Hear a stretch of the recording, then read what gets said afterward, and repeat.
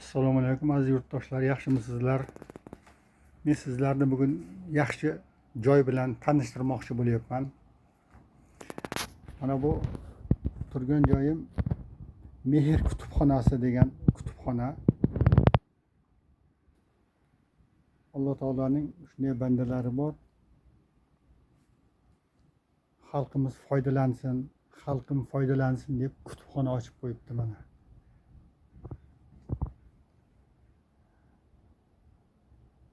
Kutubxonaning manzili Chorsida joylashgan.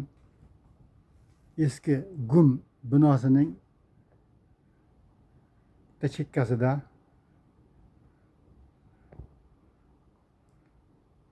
Old tarafining bir chekkasida. Mana bu kutubxona xodimasining o'tiradigan joyi. Konditsioner ishlab turibdi. Sharoitlar mana bu.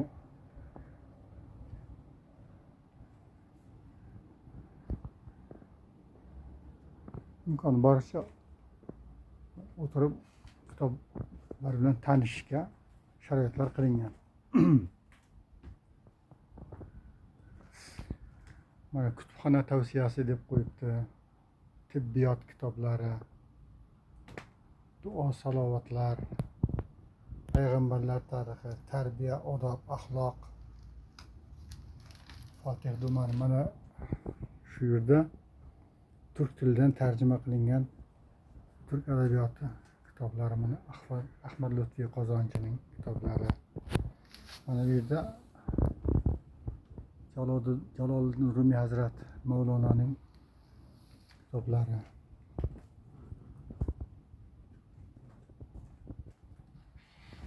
Mana bu yerda foydalanuvchilar uchun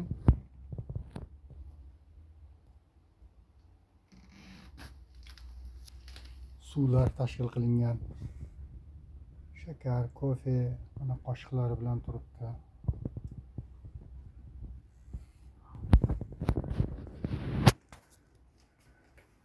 Mana bu katta javon to'lig'ichasiga marhum shayximiz Hazrat Muhammad Sodiq Muhammad Yusuf rahimahullohning kitoblariga bag'ishlangan joy ekan mana bu.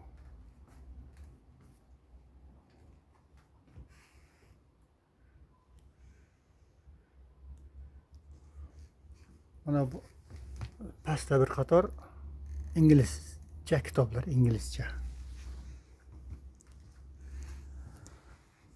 Mana bu yerda mana Asmaul Husna, nafs tarbiyasi, namoz kitoblar, tasavvuf, oila va nikoh masalalari turibdi mana. Bu sahobiya ayollar, sahobalar va solihlar. Oyiz Qarniy, doktor Oyiz Qarniyning kitoblari, ayollarga xos masalalar. Mana bu yerda Tohir Malik, Xudo rahmat qilsin, xalqimizning suygan yozuvchisi. Xullas mana bu turgan javon mana O'tkir Hoshimov, Xudo rahmat qilsin. Mana Abdulla Qodiriy, mana o'zbek adabiyoti deb qo'yibdi. Abdul Fattoh Abu G'udda degan kishi, Adham Sharqoviy degan kishining kitoblari. Mana bu javon tafsiri hilol turibdi. Mana bu yerlarda ham diniy kitoblar, Imom G'azzoliy, Hujjatul Islom degan u kishining laqablari bor. Islomning hujjati, islomiy ilmlar, tarixiy asarlar. Mana bu yerda esa jahon adabiyotiga tegishli kitoblar ekan. Mana bu yerda siyosiy adabiyotlar bor ekan. Savdo, iqtisodiyot, mana shaxsiy rivojlanish. Mana qayerlarda turibdi kitoblar. Ham shaxsiy rivojlanish, shaxsiy rivojlanish. Mana foydalanish kerak.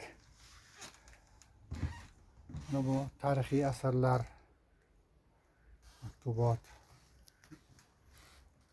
Riyozus Solihin, hadis kitoblar, farzand tarbiyasiga oid kitoblar. Mana bolalar adabiyoti turibdi.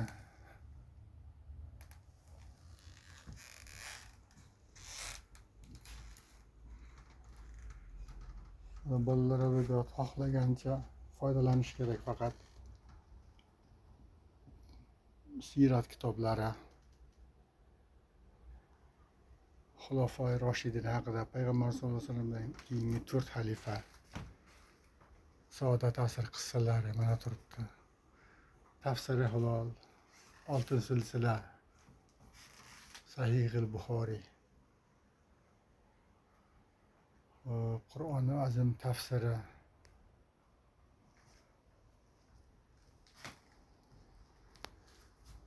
Bu kutubxonaning foydasi oddiygina. Kelasiz, telefon nomeringizni aytib a'zo bo'lasiz va kitobni olib ketasiz. Xohlaganingizcha o'qib bo'lgandan keyin topshirib ketasiz. Tashakkurnoma turibdi mana bu yerda. Narisi ham tashakkurnoma.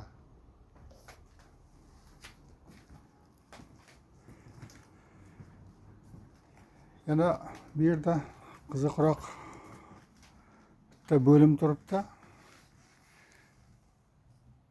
Ehson kitoblari ekan. Kerak bo'lsa olinglar deb yozib qo'yishibdi.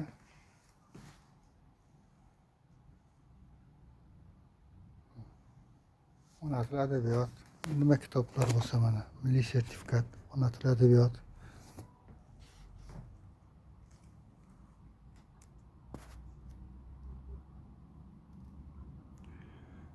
Salqin joy. Ozroq o'tirib kitoblar bilan tanishsangiz, kitob o'qisangiz ham bo'ladi. Bu kichkinagina bo'lsa ham taxminan 4 ga 4 bitta xona.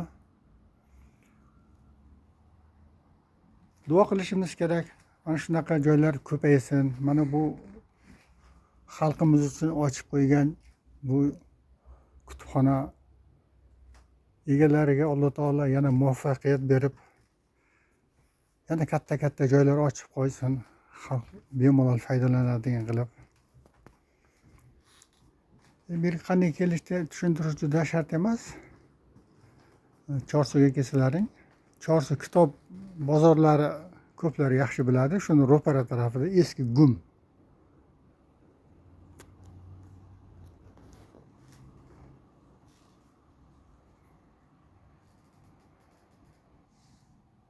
Men bu kutubxonani kim ochgan deb so'ramadim. Zotan so'rash shart emas. Xudo uchun ochib qo'ygandan keyin bo'ldi. Ahmad boy bo'lsin, Muhammad boy bo'lsin, kim bo'lsa ham Alloh taolo baraka bersin, farzandlarning rohatini ko'rsin, dunyo oxirat saodatini Alloh taolo siylasin. Bu yerga a'zo bo'lib kitoblardan foydalanayotgan xalqimizga ham, yosh qari, erkak ayol, Alloh taolo hammalarini ulug' fazl bilan yaxshiliklarga yetkazsin. E'tiboringiz uchun rahmat. Assalomu alaykum rahmatullohi va barakatuh.